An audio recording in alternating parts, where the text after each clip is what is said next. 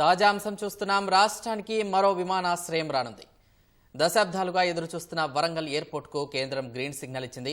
ఇక తాజాగా ఆపరేషన్స్కు పౌర విమానయాన శాఖ మంత్రి రామ్మోహన్ నాయుడు ఉత్తర్వులు ఇచ్చారు. ఇక మరిన్ని వివరాలు మా ప్రతినిధి నగేష్ అడిగి తెలుసుకుందాం. నగేష్, చెప్పండి, వరంగల్ విమానాశ్రయానికి అనుమతిపై విమానయాన శాఖ ఉత్తర్వుల సారాంశం ఏంటి?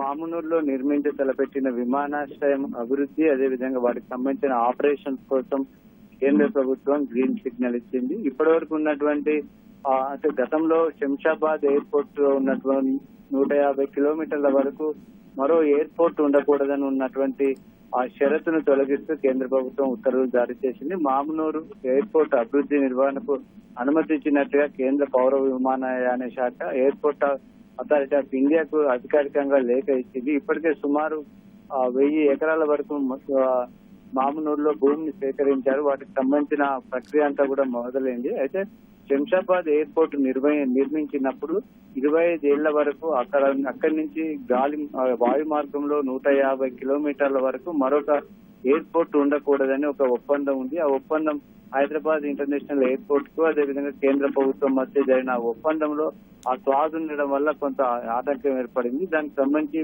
ఆ హెచ్ఏఎల్ నిర్వహిస్తున్నటువంటి జిఎంఆర్ సంస్థతో రాష్ట్ర ప్రభుత్వం కొంతకాలంగా చర్చలు జరిపింది. ఎట్టకేళ్లకు ఆ ఒప్పందాన్ని ఉపసంహరించుకునే విధంగా తమకు ఎలాంటి అభ్యంతరం లేదంటూ మరో మామునూరులో విమానాశ్రయం నిర్మించడానికి ఎలాంటి అభ్యంతరం లేదంటూ ఆ జిఎంఆర్ సంస్థ ఆధ్వర్యంలోని హైదరాబాద్ ఇంటర్నేషనల్ ఎయిర్పోర్ట్ లిమిటెడ్ జనవరిలో ఒక ఎన్ఓసి ఇచ్చింది. ఆ ఎన్ఓసిని కేంద్ర ప్రభుత్వం తాజాగా ఆమోదిస్తూ దానికి సంబంధించిన అనుమతుల ప్రక్రియ కూడా ఇచ్చింది.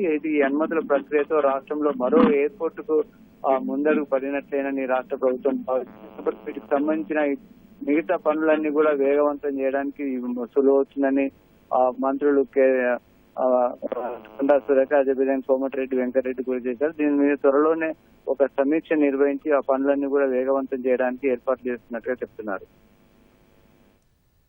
రైట్, ధన్యవాదాలు నగేష్.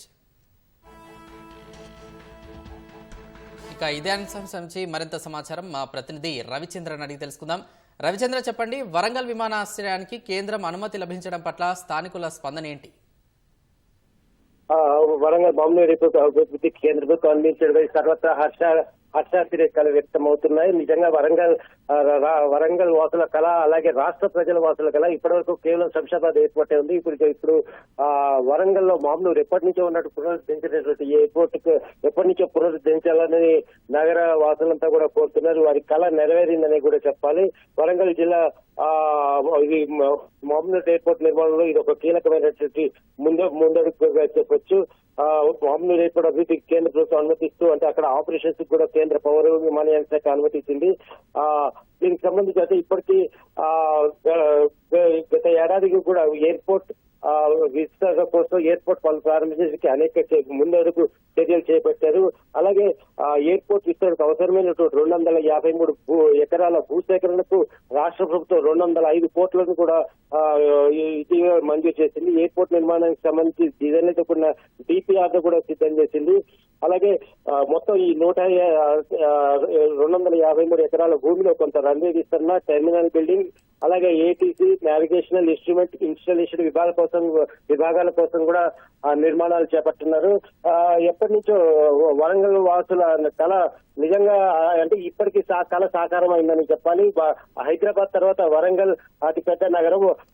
అయితే వరంగల్ కి మామునూరు విమానాశ్రయం లేకపోవడం మాత్రం చాలా కొత్తగానే భావిస్తూ ఎంతో మంది ఎన్నోసార్లు ఉద్యమాలు చేశారు. అలాగే జిల్లా ప్రజాప్రతినిధులు విజ్ఞప్తి చేశారు. కానీ ఎట్టకేలకు ఆ కళ ఇప్పటికీ సాకారమైంది. విద్యా వైద్య పరంగా ఒక హబ్ గా ఉన్నటువంటి వరంగల్ కి ఎయిర్పోర్ట్ వస్తుందన్న ఆనందం జిల్లా ప్రజల్లో